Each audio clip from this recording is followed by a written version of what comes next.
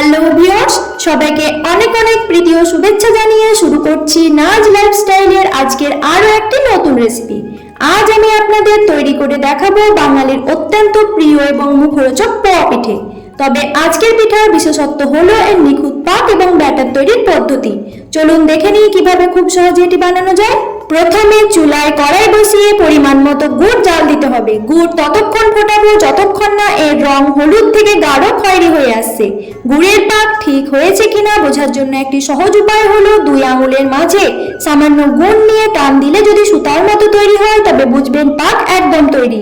এখন এই পাকানো গুড়ের মধ্যে আমি দিয়ে দিচ্ছি 300 থেকে 350 গ্রাম চালের গুঁড়ো।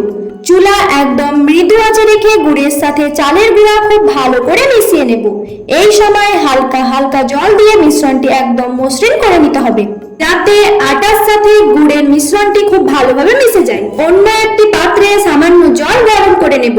জল খুব বেশি গরম বা একদম ঠান্ডা হবে না। এবার গুড় ও চালের গুঁড়োর মিশ্রণে এই জল অল্প অল্প করে দিয়ে খুব ভালো করে ফেটিয়ে নেব। খেয়াল রাখবেন যেন ভেতরে কোনো দানা না থাকে। ব্যাটার যত ভালো ফেটানো হবে পিঠা তত ফুলকো হবে। আমার ব্যাটারটা অনেকটা গাঢ় মনে হচ্ছিল, তাই আবারও আমি কিছুটা পরিমাণ জল দিয়ে বেশ কিছুক্ষণ পিঠার ব্যাটারটি ফাটিয়ে নিয়েছিলাম।